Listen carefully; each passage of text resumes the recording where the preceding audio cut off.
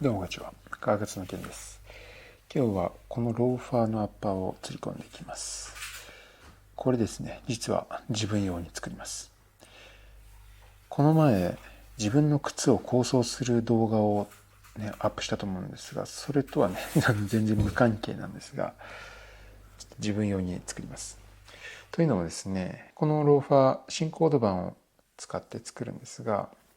今度ちょっと大阪の受注会に合わせて、この動画アップする頃にちょっと言ってるかもしれないんですが、新コード盤を製造している新規比較さんにお邪魔しようと思ってるんですね。姫路に旦那があるんですが、そこまでお邪魔するんですよ。で、その時にせっかくならコード盤で作った靴見ていただきたいなと思って、サンプルいくつかあるんですが、追加でちょっとローファー作って履いていこうかなというのがこの靴です。ぜひ新企画の社長さんとかね、従業員の方々にね、靴を見ていただきたいんですよね。という、そんな口実で自分用にちょっとローファー欲しかったので、新コード版のローファーをね、作りたいと思います。さて、そんなこと言ってる間にカウンターをアッパーに入れて、釣り込みを始めていきます。この新コード版のカラーはバーガンディですね。ワインレッドですよね。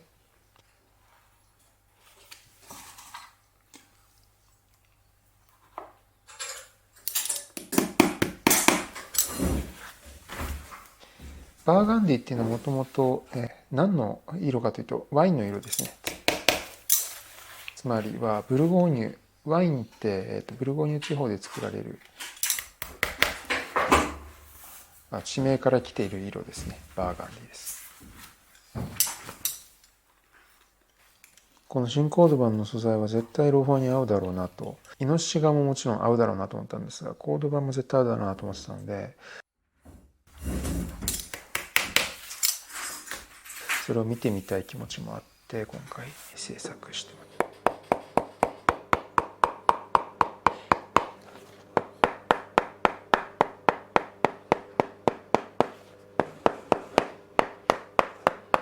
まず芯を入れてしっかりハンマーで叩いてなじませてから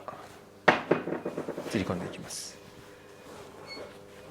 釣り込みが終わった後に最後にハンマーで叩いてなじませるのももちろんあるんですが、その前に途中でハンマーである程度なじませていくことによって後から無駄な引っ張りしろが出てこないというか、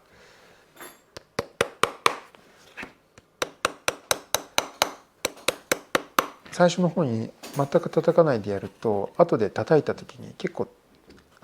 釣り込んだつもりがダブつくことがあるので、先にあらかじめちょっとなじませていく必要がありますね。特にコード盤の場合結構伸びるっていうのも難しいんですけどね、戻る力があんまりないというか、クなめしの皮とかって結構弾力感あるんですけど、コード盤の皮って伸びたらそこで止まるような感じが強いんですよね。っていうのと、あと叩くと結構グググッと押し込まれて伸びていく感じもあるので、最初の方にしっかり叩き込んでおきます。だからこういったワニで釣り込みながら叩くっていうのも通常のカーフとかに比べるとより入念にやっていきます。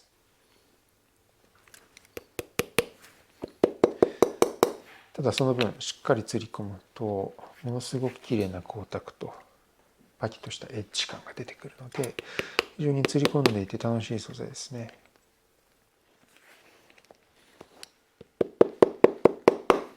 コード盤はハンマーとかの打痕が結構残りやすいんですよね。特に新コード盤は柔らかい感触があってハンマーとかの跡が結構つきやすいので、しっかりハンマーだったりイチョウゴテで鳴らして平滑にしていきます。ハンマーの力加減も時と場合によって結構使い分けていきますね。あとはハンマーをこうスライドさせながら叩きながらスライドさせながらみたいな、そういった使い方することもあります。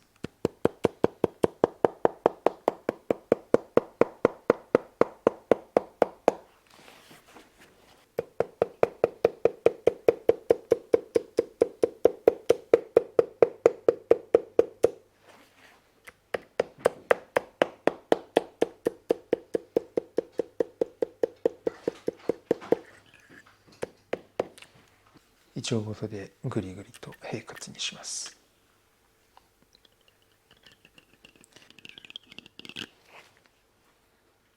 はい、釣り込みができました。とても綺麗ですね。さすが新コードガンですね。透明感がすごいですね。本来の光沢感、磨くともっと出るんですけど、今の時点でも相当、ね、こう透明感あって美しいですね。次にライニング釣り込んでいきます。つま先部分のライニングですね。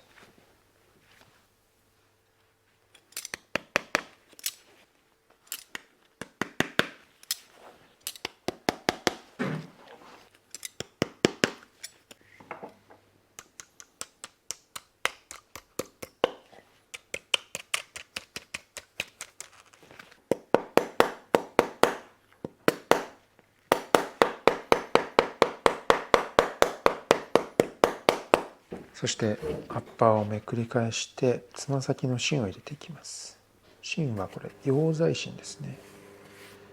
溶剤芯っていうのは、接着剤みたいなのがあらかじめついてて、それを芯内につけることでベトベトになって柔らかくなるんですよね。で乾くとまたカチカチに固まるものなんですが、今回はこれ使います。通常製品では全部革の芯使ってますが、自分用の靴ということもあって手間を省く、そして材料費をねちょっと抑えるというのもあるので、この溶剤芯使います。違いとしては革の芯の方がボリュームが少し出て美しいラインをより形成しやすいですね。溶剤芯はそんなに厚みがないので削って成形するっていうのがあんまりできないんですよね。ただ革の芯は水で濡らしてやりますが、これは溶剤で有機溶剤なので乾くのも早いですし、こうやってすごく柔らかくなるので釣り込むのも楽ちんです。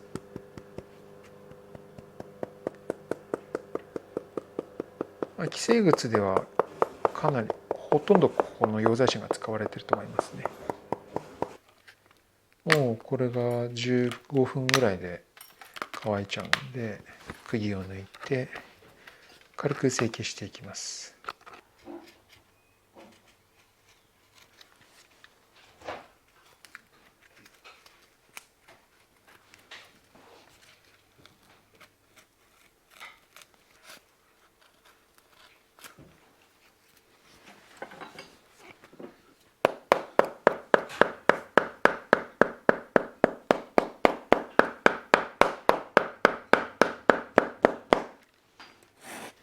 特にこの芯の境目の部分ですね、段差ができないようにヤスリで削っていきます。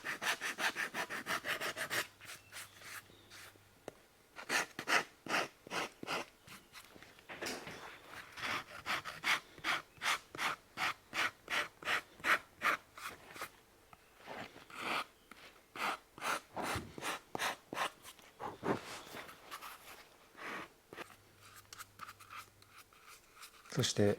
その上に接着剤を塗ってアッパーを釣り込んでいきます。ちなみにこのローファーはサイドライニングというものを入れてません。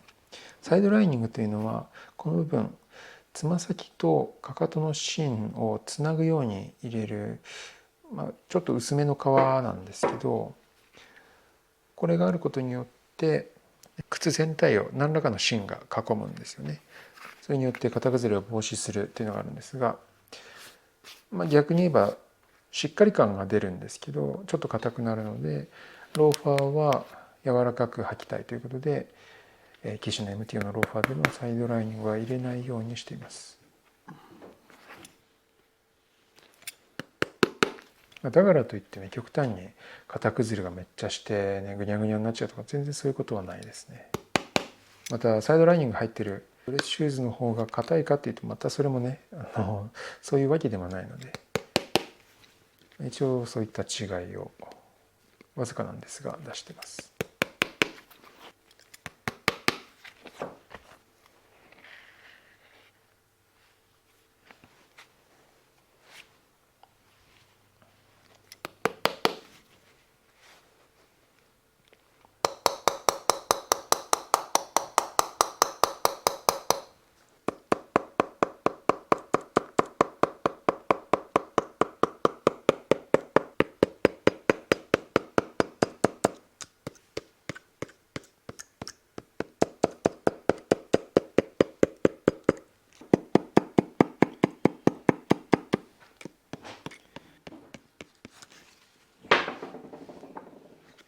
こくり棒でこすってエッジを出していきます。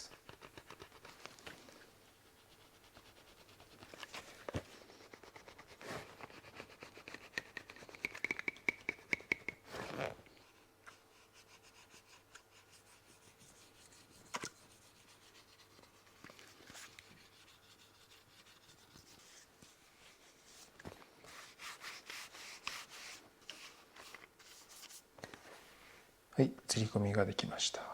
めちゃくちゃ綺麗ですね。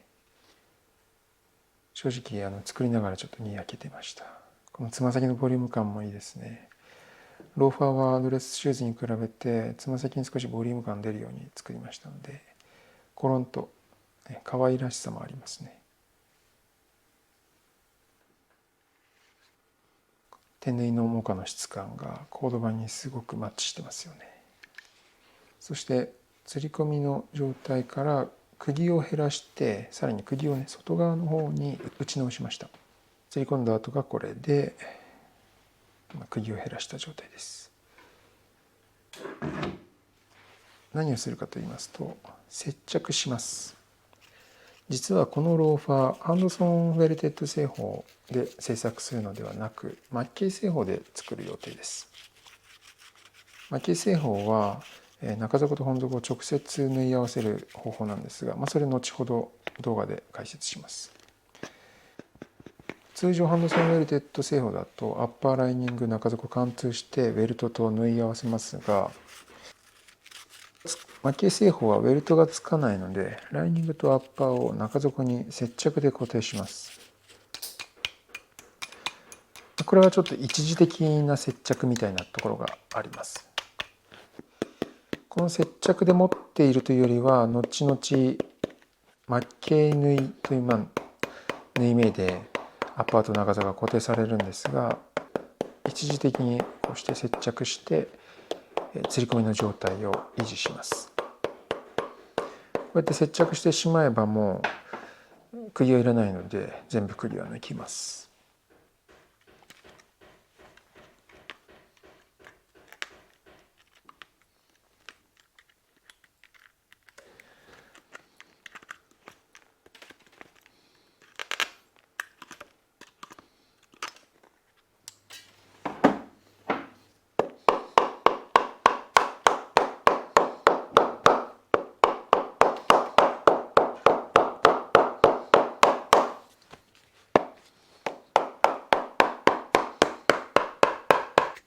つま先とかかとはかなりシワがたまるので、そのシワの部分は薄くついておきます。